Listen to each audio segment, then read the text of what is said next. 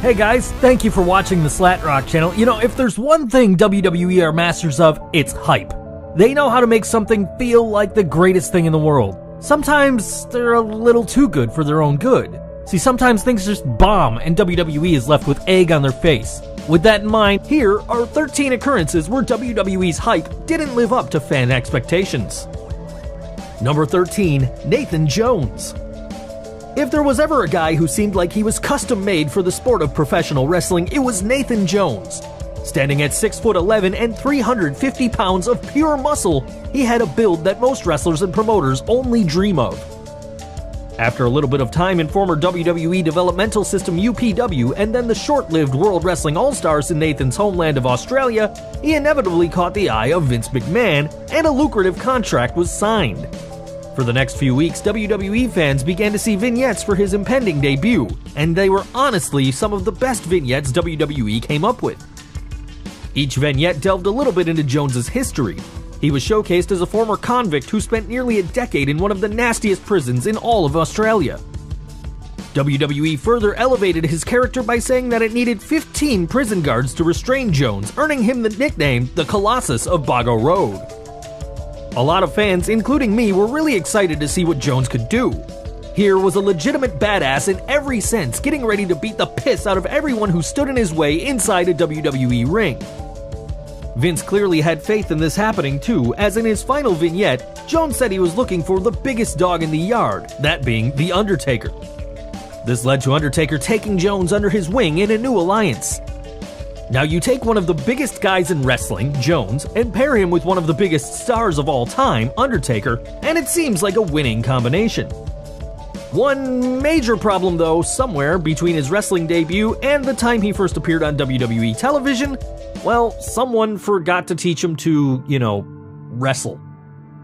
As it turns out, despite being trained at one of the then best wrestling schools in the country, Jones was absolute clown shoes in the ring, screwing up even the most basic of moves such as kicks and punches. It was beyond embarrassing to watch Jones stumble around the ring looking like a deer in the headlights from bell to bell. Despite all the hype, for months before his debut, even Vince and company saw that there was a huge problem. Jones was scheduled to team with Undertaker in a WrestleMania 19 tag team match against Big Show and A-Train, but WWE saw such little faith in his abilities after just a few performances that he was taken out by the full-blooded Italians, Nunzio, Chuck Palumbo, and Johnny Stamboli, backstage, turning the match into a handicapped affair. Jones eventually did come out at the end of the match, hitting a roundhouse kick on A-Train and allowing Taker to eventually score the pinfall.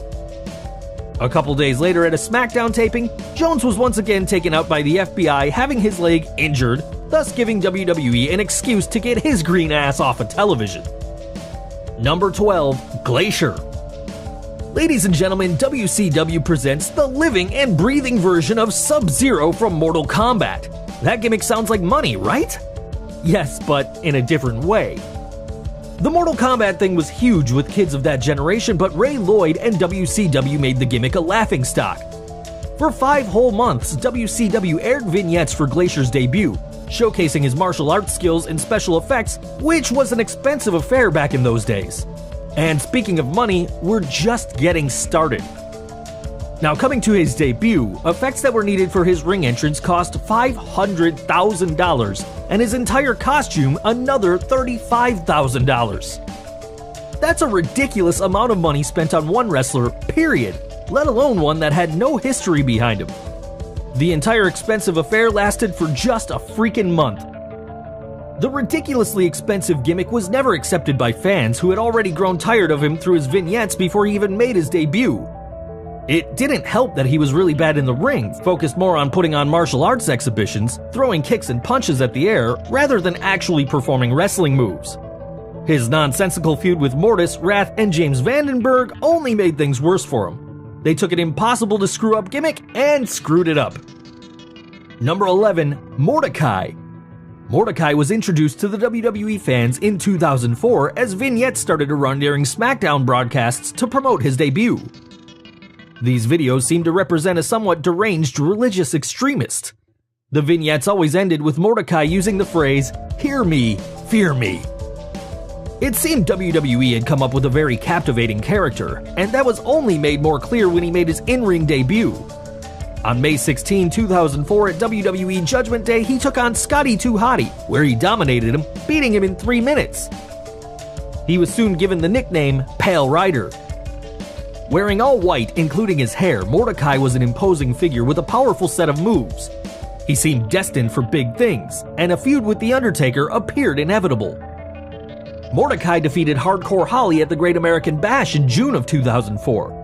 But as quickly as Mordecai made an impression on the WWE scene, he was gone. Following a televised loss on SmackDown to Rey Mysterio, Mordecai vanished. He would never compete in WWE again. WWE didn't allow the character to grow and develop, as Kevin Dunn said in an interview in 2006 that fans never bought into his character. He also added that the fans were booing him and chanting "boring" during his matches. I somehow liked his character. Anyway, Kevin Fertig, the man who played the Mordecai character, returned a couple of years later as Kevin Thorne in WWE's reboot of the ECW brand. Number 10. Fake Kane storyline. The reason for the Fake Kane storyline actually makes a little sense. It corresponded with the release of See No Evil. Fake Kane would debut just 10 days after the infamous date, May 19th. Fake Kane, played by Luke Gallows, was supposed to represent the inner demon of Kane and bring Kane back to the dark side. Almost like he wanted Kane to embrace the hate. Sound familiar? Unfortunately, the only thing he represented was failure. The pair would have just one match together at Vengeance that year. Interestingly enough, Fake Kane won the match. The storyline would be dropped the very next night, with Fake Kane being unmasked and unceremoniously tossed out of the building. It was a failure because no one really cared at all. The fans were so dead to the storyline that Vince killed it as soon as he could. Luke Gallows must have impressed someone at least, as after another stint in developmental, he would return as Festus before CM Punk cleaned him up and he became just plain old Luke Gallows. Number 9. Chris Jericho's 2011-2012 comeback. Chris Jericho has to be a contender for the most surprise returns. The one from 2011 and 2012 stands out as a particularly rough one. There were vignettes leading up to the debut that talked about the end of the world and featured 2 creepy little kids. The reason it bombed so badly is because it turned out it was for Chris Jericho. It made no sense. It would later emerge that the vignettes were supposed to be for a debuting Sting or returning Undertaker. Jericho would also refuse to acknowledge the vignettes. He didn't speak a word until a few weeks into his debut. There were no seriously bad consequences here, at least. Number 8. Quang, the disappointing ninja. Savio Vega got his start with the short-lived Quang the Ninja gimmick. Quang was the stereotypical Asian wrestler, complete with mist, despite being Puerto Rican. What is it with WWE and casting Puerto Ricans as other stereotypes? Who ever heard of a Puerto Rican bullfighter, let alone a Puerto Rican ninja? WWE would hype the debut with video packages before Quang made his debut at the 1994 Royal Rumble. He entered 4th and had a decent showing against Owen Hart before being unceremoniously ejected from the Rumble, along with everyone else, by 7th entrant Kevin Nash. Fans just weren't interested and he never had a chance with a debut like that. The character lost matches against big names such as The Undertaker, Bret Hart, and Razor Ramon before quietly being dropped. He would return to the ring not long after, unmasked, to ally himself with Razor Ramon. Number 7. Our partner is going to shock the world. Shockmaster was a replacement for the injured Road Warrior Hawk in the War Games match that Sting, Dustin Rhodes, and Davey Boy Smith were about to have against Sid Vicious, Big Van Vader, and Harlem Heat at Fall Brawl 1993. Sting hyped up the debut with the now infamous line, "Our partner is going to shock the world because he is none other than the Shockmaster!" And then the shock really came.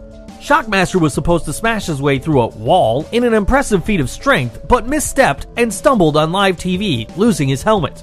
Fred Ottman, the man behind the mask, tried to play it off, but the damage was done, and no one could take Shockmaster seriously. Shockmaster managed to earn the victory for his team before disappearing forever. WCW would poke fun at the gimmick with Super Shockmaster, also played by Ottman, and Ottman would be, in kayfabe, the nephew of the Shockmaster. The character was briefly revived for an episode of the Edge and Christian show that totally reeks of awesomeness, in which Edge and Christian coached Ottman to make the entrance one last time and get it right this time. Number 6. Who ran over Stone Cold Steve Austin? During the 1999 Survivor Series, Stone Cold Steve Austin was hit by a car in a storyline that would drag on for 11 solid months. There was plenty of speculation about who could have done it. The then Commissioner Mick Foley started an investigation and questioned many superstars. Fans finally got their answer when Mick Foley blamed The Rock, only for Rikishi to confess that it was him. The angle bombed because it was another attempt to turn someone the fans liked into a heel, and it didn't make a whole lot of sense. WWE tried to salvage the angle by having Triple H reveal himself as the mastermind. Number 5. Who's the man behind the anonymous Raw General Manager? Hornswoggle became a running joke in the WWE, and it really isn't hard to see why. He's their go-to guy when they have a story and can't think of a finish. During the Nexus angle, the WWE introduced the anonymous Raw General Manager, as the group had a tendency to attack authority figures. The story lasted for a year and was suddenly dropped. WWE decided to revive the angle and give fans the conclusion they deserved, but probably didn't want. The anonymous Raw GM made a return on the 998th episode of Raw, and was revealed to be Hornswoggle on a laptop under the ring. The only real consequence to this angle was plenty of disappointment. Number 4. The Gobbledygooker. The Gobbledygooker is one of the lowlights of the 1990 Survivor Series, a show that saw the debut of The Undertaker. The WWE had a giant egg that would appear during the months leading up to Survivor Series. It would just sit there, and every so often someone would question what was inside and when it would hatch. The hype was building, and everything ended on that fateful night when Hector Guerrero in a turkey suit hatched. Gobbledygooker would make some appearances for the company here or there, and was one of the entrants in the gimmick battle royal of WrestleMania X7. So you could argue he was part of the lowlight of another major event. Number 3. Vince McMahon's illegitimate son storyline. Hornswoggle may be the running joke, but at least this time it wasn't his fault. WWE ran a story in 2007 that Vince McMahon had an illegitimate son. It was going to be a big deal for the lucky guy chosen. It was going to be a way to push Mr. Kennedy to the top of the card. The push was denied to Kennedy after a wellness violation.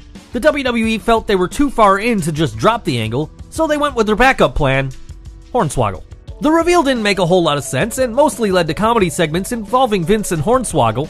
It would also be dropped when Finlay would be revealed as the true father of Hornswoggle. Like many things Hornswoggle did, the angle was never mentioned again after the resolution. Number 2. The Higher Power Misfire. The Ministry of Darkness was a big deal. It saw the formation of the APA, the rise of The Undertaker as a truly evil character, and one of the biggest letdowns in WWE history.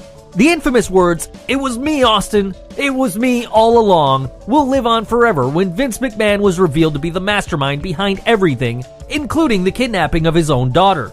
The ministry would become the corporate ministry, which wouldn't last all that long. Undertaker would form a new stable called the Unholy Alliance with Big Show and go on to win some gold. The angle as a whole wasn't a failure, but that reveal sure was. Number 1. Fake Razor, Fake Diesel. A major blow to the WWE was when Razor Ramon and Diesel jumped ship to WCW. WWE decided to use this chance to do something they'd been planning for a while and turn Jim Ross heel. Ross would hype up that he had secured Razor Ramon and Diesel and was bringing them home.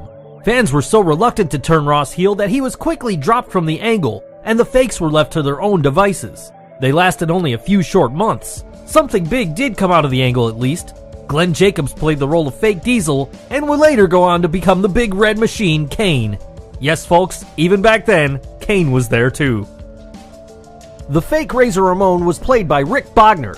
Well guys, that's our list. What do you think? What moments disappointed you that may not have made our list? Go ahead and leave those in the comments below. Don't forget you can hit subscribe to get more videos just like this one. You can follow us on Facebook, Twitter, and Google+. And as always, thanks for watching.